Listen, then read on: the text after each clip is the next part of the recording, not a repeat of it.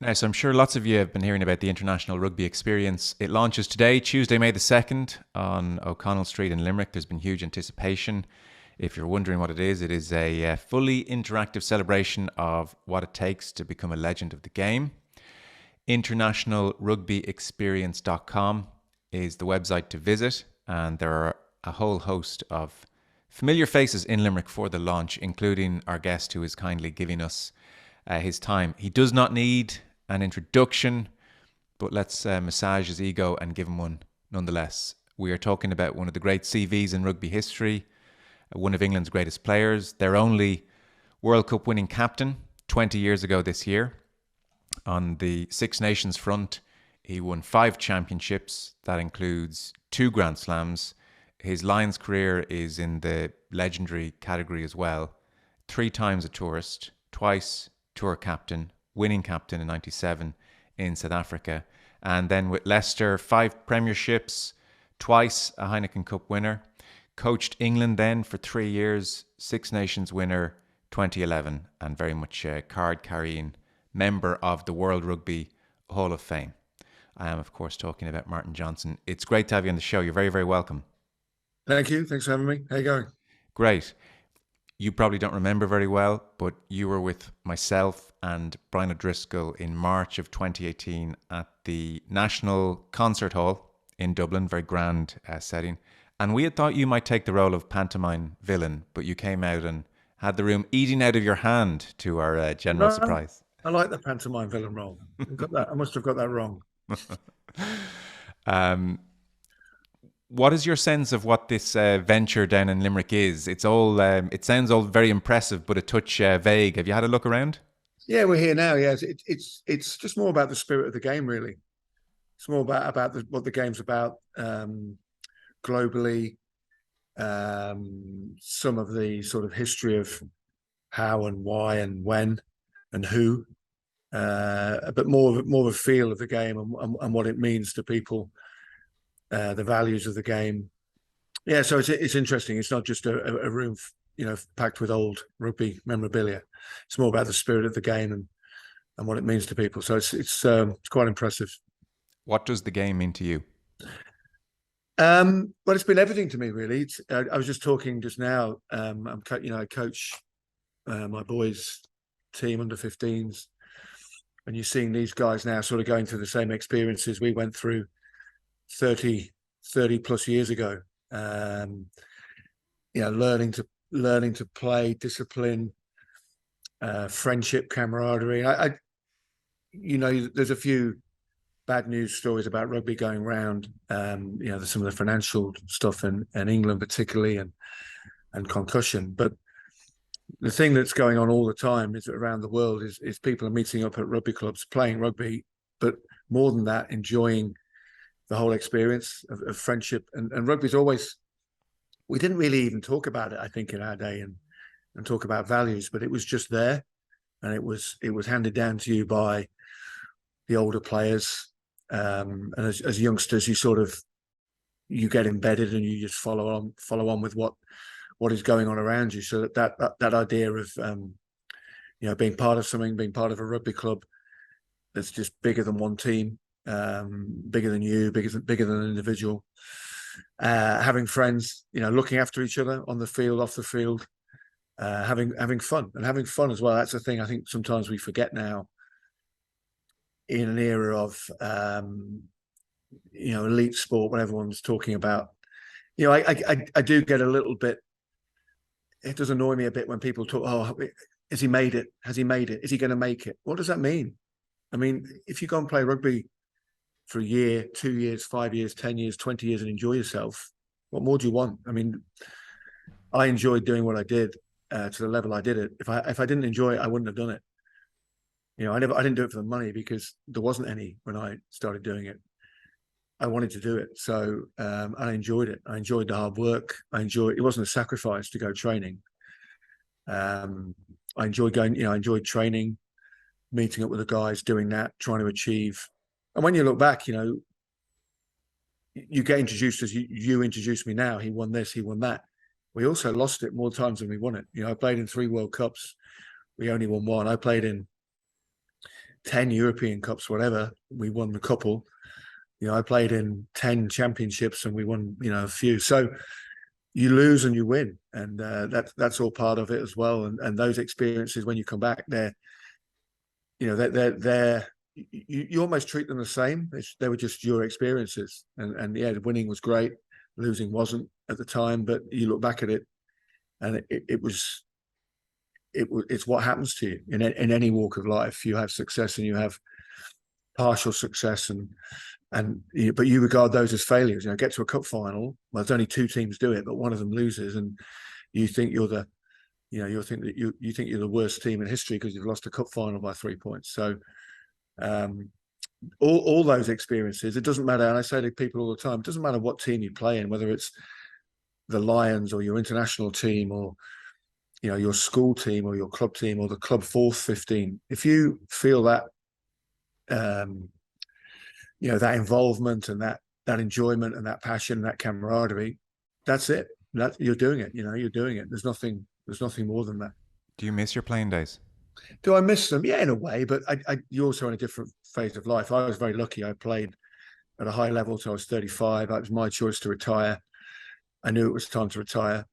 But then you're in a different phase of life. You watch your kids play. You enjoy watching that.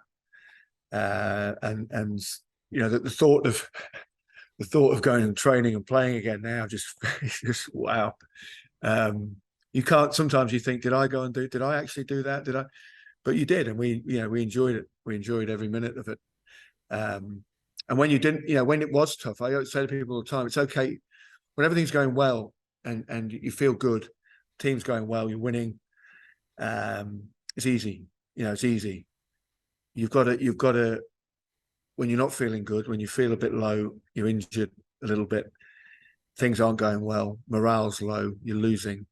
That's when you've got to perform, and that's when you see who's got it, what it takes, because that's the difficult times where you've got to show a bit of character and try and drag yourselves back round. And they can be difficult times, particularly when you're doing it professionally, and your whole sort of existence seems to rest on a performance, on 90 minutes on a Saturday. It can get on top of you if you're not careful. So they're the times when you've got to really, you see what people are about in those times. Anyone can do it when it's all easy. Yeah, I'll bet. I was talking to a former rugby player, and he's just got a fairly routine job now, and he was comparing his past life with his current life.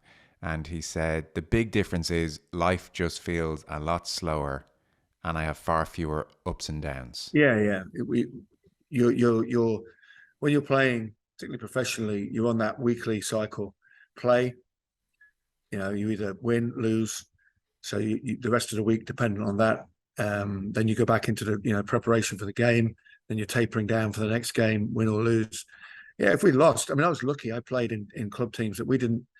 If we didn't win the league, it was a bad season. So there was pressure in that regard, but it's a good pressure because you're striving. Oh, win some, lose some wasn't good enough.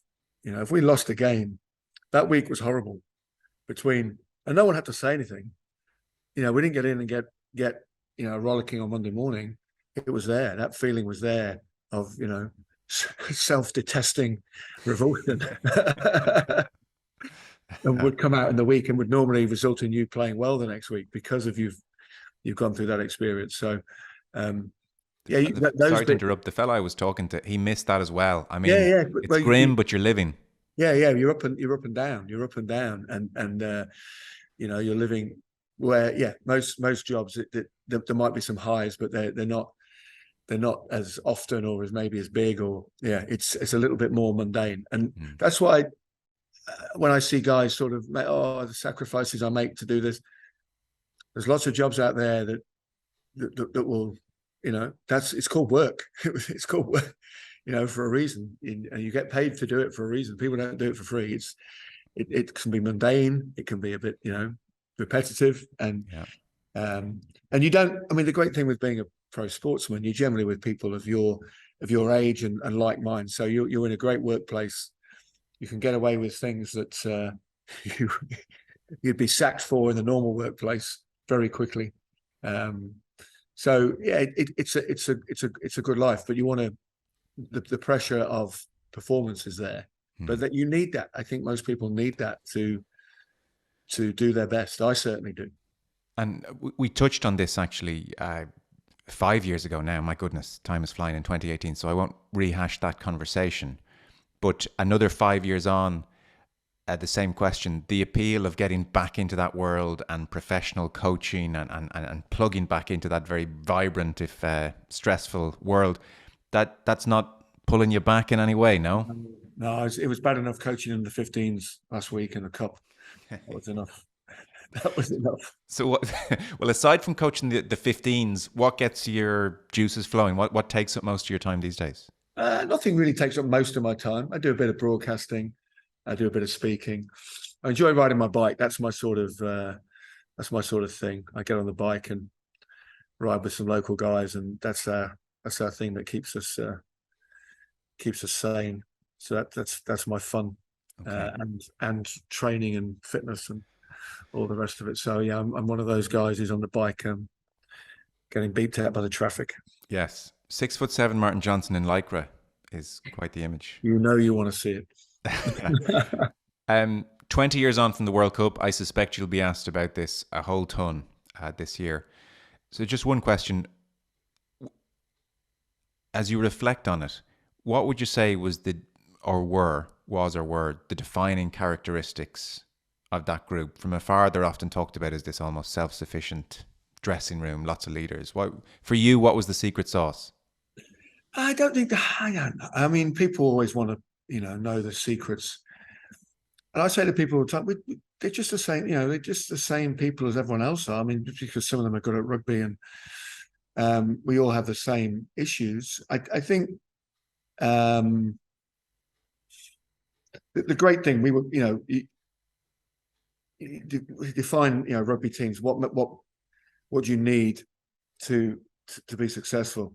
And there's two things. You have to have the ability and the skill and all the rest of it, and you can work on that, but you need the good enough players to be able to do it, and we had that.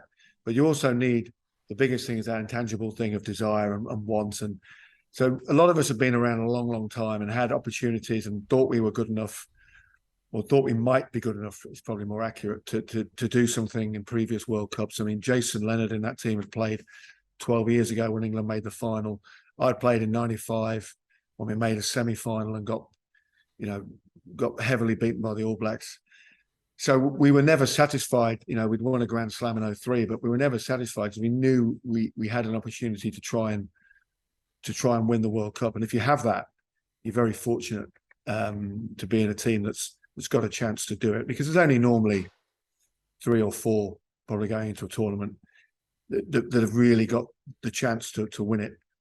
And it was a mature group to work with, because they were older guys, experienced guys.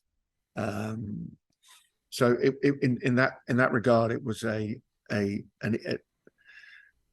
easy job, because you just had mature guys who wanted to perform, wanted to play, wanted to do their best. So they were all working. And once you get that, it becomes the place that everyone wants to be. Everyone wanted to be in that team and be in that squad. And when we came together before the World Cup, there's only 30 guys can travel.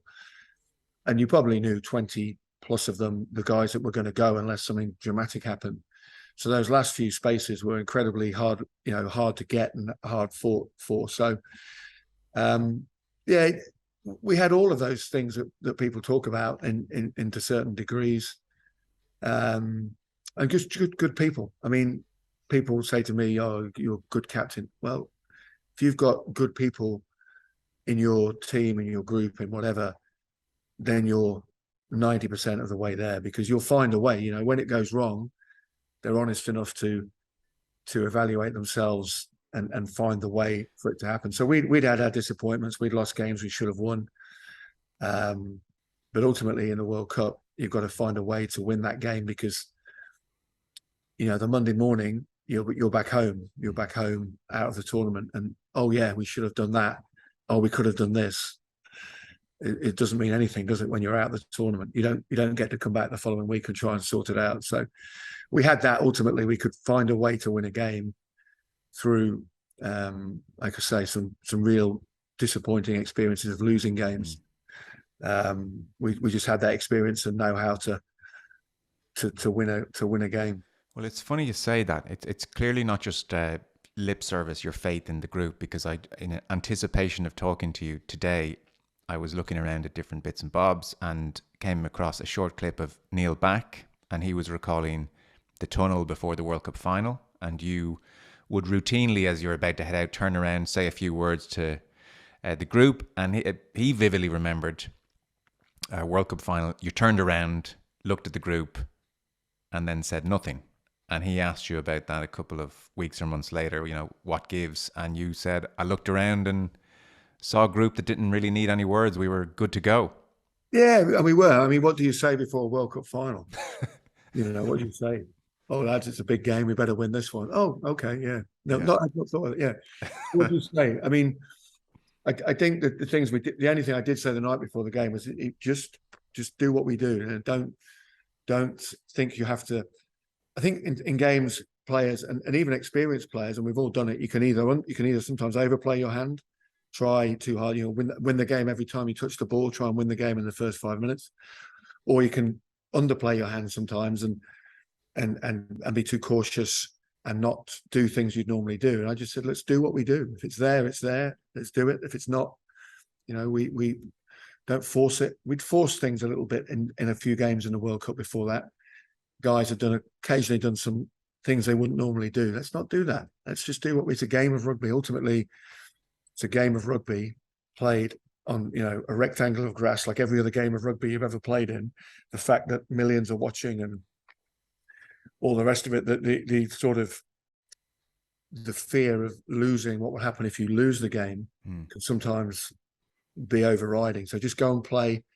I think again, experience comes into it. We could do that and we didn't play fantastically in the final, far from it. But ultimately, we just found the way to win. Yeah.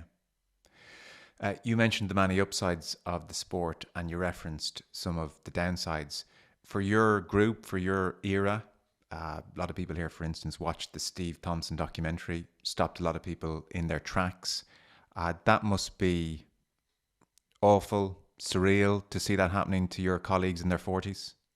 Yeah, it's tough. Yeah, it's not great. No, it's not great. But I think whenever you see anyone, then it doesn't matter if you know them or not. Sometimes in that situation, it's not nice. Is he someone you would reach out to semi-routinely, or what's the relationship? Steve, yeah, he's young. Steve's a lot younger than me, so he wasn't my sort of direct. The guys I played. Steve was probably the last into that team the year before. So he's sometimes a difficult guy to contact, Steve, and always has been. But he's So I've spoken to some of the guys about that situation. So I've got to deal with it. Okay. And in general terms, without naming names, are there others of your vintage who are having their struggles? Well, not so much, really. I don't think. I have friends who've played rugby. Obviously played at a high level. I've got friends who played junior rugby. I've got friends who never played rugby, and physically, some of them have ailments. Some that played, some that didn't. So mentally, some of them have issues. Some that played, some that didn't. So it's going to pin everything. I played rugby. I've got an issue. So it's not a coverall. I played rugby. That must be the cause of my problems. People have physical and mental issues, don't they? It's just from my experience and they can be severe or mild. Most of them mild, fortunately, that I know of, and you deal with it. It's part of dealing with your life, isn't it? The ups and downs of it. To the present day, World Cup 2023. How do you see it then? Who are you mentioned there are often 3 or 4 teams. Oh, I think Europe is Ireland and France, and has been for 2 or 3 years. The top 2 teams there, and they've won both won a Grand Slam in the last 2 years. Ireland, you win a series in New Zealand, that's historic, So they've got a chance. They've got a real strong chance to win a World Cup. Same with France.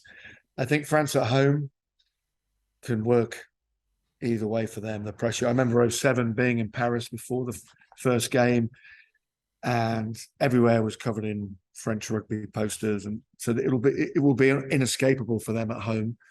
I was there in October with some of these guys, and they were talking about the tournament.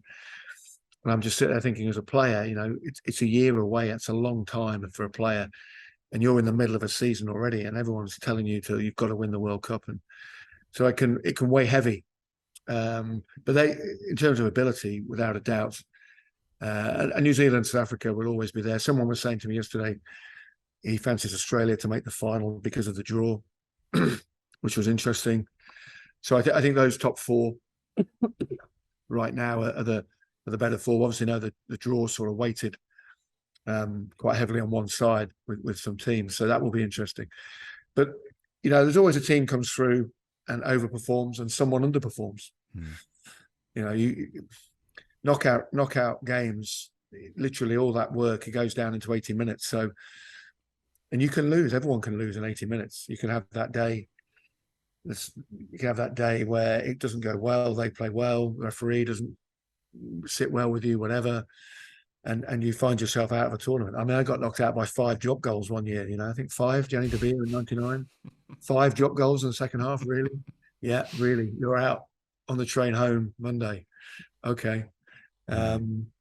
Yeah. So I think the great thing with the tournament is it's exciting, isn't it? Knockout games. I remember being in Japan watching them beat Scotland 2019.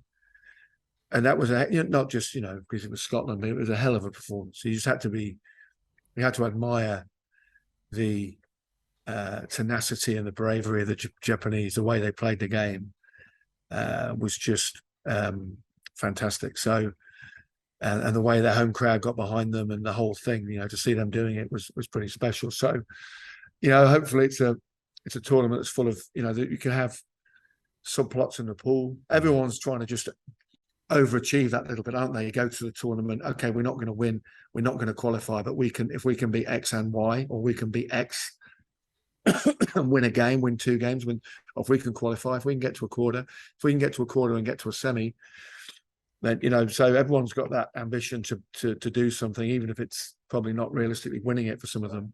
Yeah. But then you never know. You get into knockout rugby, like I say, you can find a way to win matches.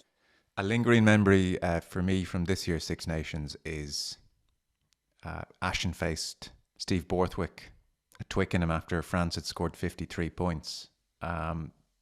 You've been in that role, not least when it gets a bit sticky. I don't know how much time he will have with the players. What is the likelihood of him being able to turn that ship around come World Cup time?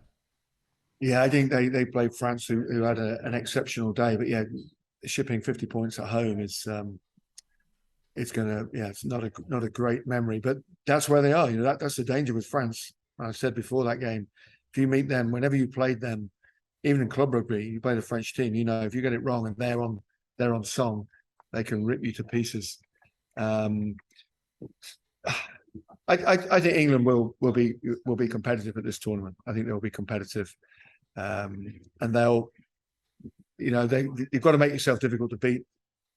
And if you can do that, in 2007 they opened the tournament. They were heavily beaten by South Africa, and it was looking, as if they qualify, and they end up in the final and could have won it. So things can change very, very quickly. You're never. I always say you're never that far away. You're never that far ahead, and you're never that far behind, really. And sometimes the scores can go with you and against you. So, I think England. But you use that as a spur as well. We should use that as a spur as a team. But that's not going to happen again. We are better than that, and we'll do something at the World Cup. So it will be interesting to see how they go. Like you say, once you get, you have to get into the quarterfinals. But if you can get there, then you're in those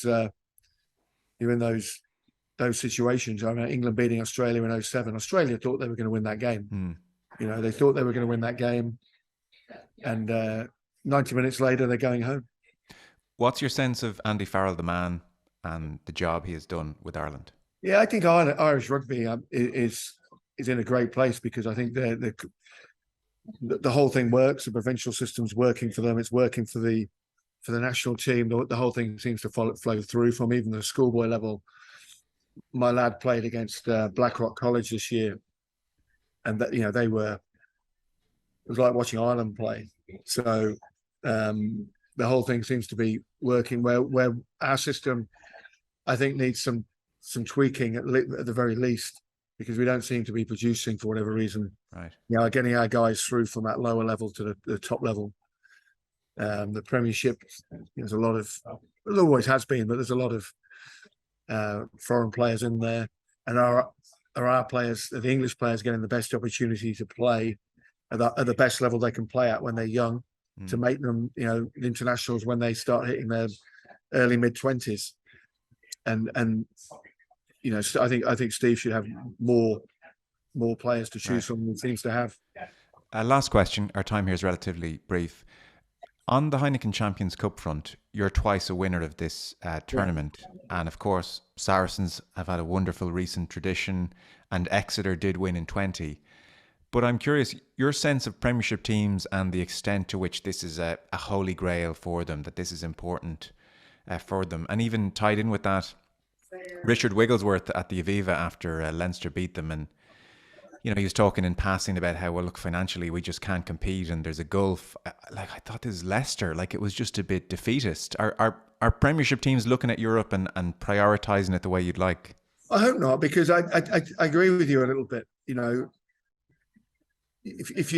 My last year we played Toulouse in the semi-final at home, and they had internationals on the bench and they beat us. But they beat us because we didn't play well enough.